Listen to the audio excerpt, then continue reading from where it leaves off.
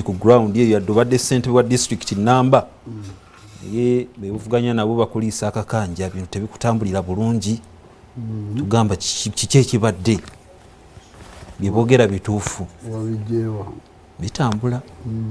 kyovula tukuyise obeeko byotangaza eri eggwanga ate kati nze antoyiza kubanga osamba omupiira ng'oli mu kisaawe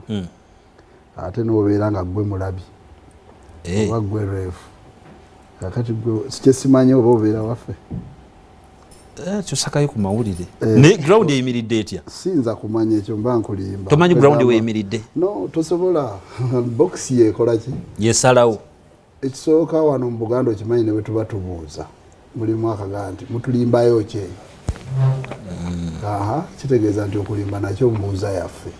so nga kitegeeza ki nti ku bantu 10 bosinkana abayinza okwewaayo okubuulira amazima nti nja kukulonda oba si kulonda baba babiri anakulonda asirika kyeŋŋamba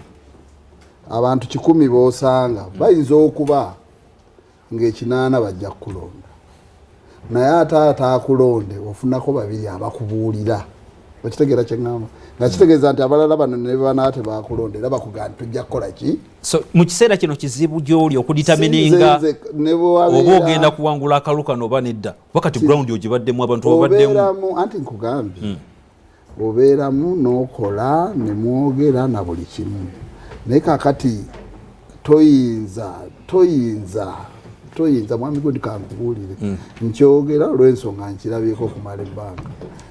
gwe bw'obirowooza si bwe bikola ki si bwe bibeera olw'ensonga okujjako ng'okoze scientific research n'ofuna ze twandiise n'obeera n'eddata